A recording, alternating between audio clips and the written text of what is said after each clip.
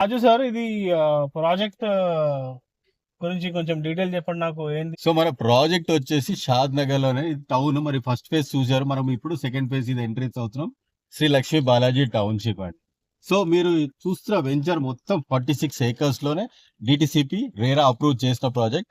షాద్ నగర్ లో ఎక్కడో back side లో ఎక్కడెక్కడ ఉంటాయి కదా, ఇది ప్రాజెక్ట్ ఆనుకునే ఉంటాం. సో మన బ్యాక్ సైడ్ ఇటు సైడ్ ఈరోజు చూసుకుంటుంది, ఇటు సైడ్ చూడండి.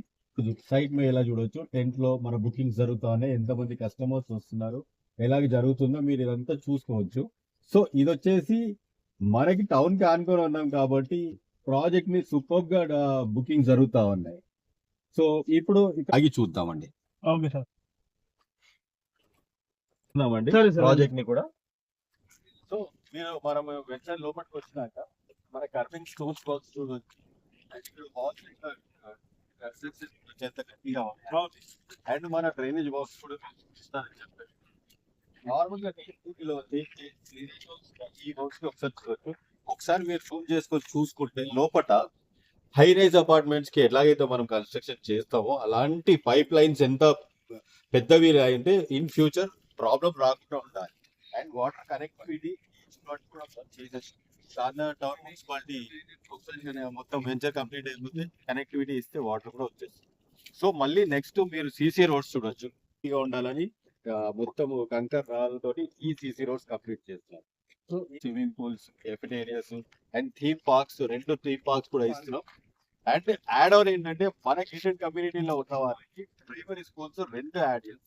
ప్రైమరీ స్కూల్స్ కూడా ఇక్కడ ఎవరైతే ఉంటున్నారో పిల్లలకి, చిన్న పిల్లలకి మొత్తం ప్రైమరీ స్కూల్స్ ఇక్కడే ఉంటుంటాయి.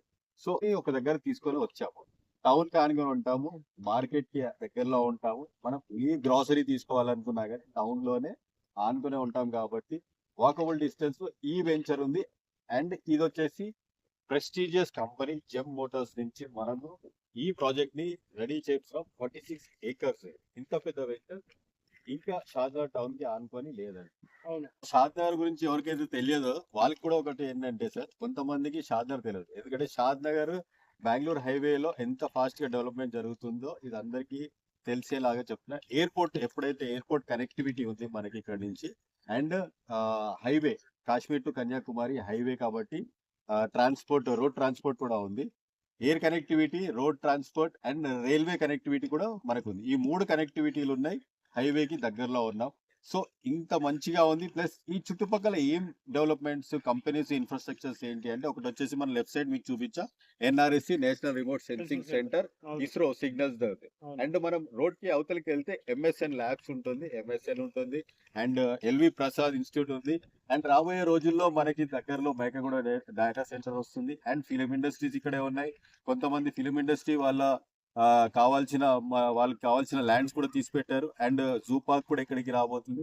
సో హైదరాబాద్ ఎలాగైతే డెవలప్మెంట్ ఉందో రాబోయే 5 నుంచి 10 సంవత్సరాల్లో షాద్ నగర్ లో ల్యాండ్స్ దొరకాలన్నా, సిటీకి దగ్గర రావాలనుకున్నా మీకు మాత్రం దొరకడం చాలా తక్కువ. ఎందుకంటే ఆల్రెడీ ఇప్పుడే ఎంతో మంది 7 కిలోమీటర్స్, 10 కిలోమీటర్స్ లో రేడియస్ చేస్తున్నారు.